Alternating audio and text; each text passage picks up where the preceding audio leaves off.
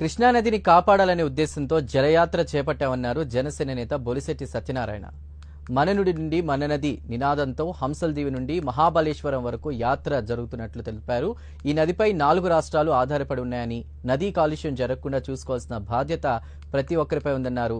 జ్యేష్ఠ మాసంలో నదులను పరిశుభ్రం చేసేవారని, అదే స్ఫూర్తితో ప్రజలు తమ పరిసరాల్లో నదులను పరిశుభ్రం చేసుకోవాలన్నారు. మే 28 నుంచి జూన్ 6 వరకు నదుల ప్రక్షాళన జరుగుతుందన్నారు. ఈ కార్యక్రమంలో డిప్యూటీ సీఎం పవన్ కళ్యాణ్ పాల్గొంటారని తెలిపారు. ప్రజలందరూ కూడా ఈ కార్యక్రమంలో భాగస్వాములు కావాలని బొలిశెట్టి సత్యనారాయణ పిలుపునిచ్చారు.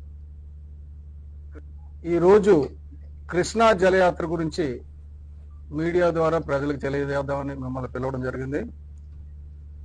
ఈ నెల 9వ తారీఖుని హంసలదీవి నుంచి అక్కడ స్థానిక ఎమ్మెల్యే అయిన మండలి బుద్ధప్రసాద్ గారు, అనుమోల్ గాంధీ గారు అందరం కలిసి చాలా మంది రైతులు, మహిళలు, ఈవెన్ అధికారులు, మీడియా వాళ్ళు, పోలీసులు అందరూ కలిసి స్టార్ట్ చేశాం కృష్ణా జలయాత్ర.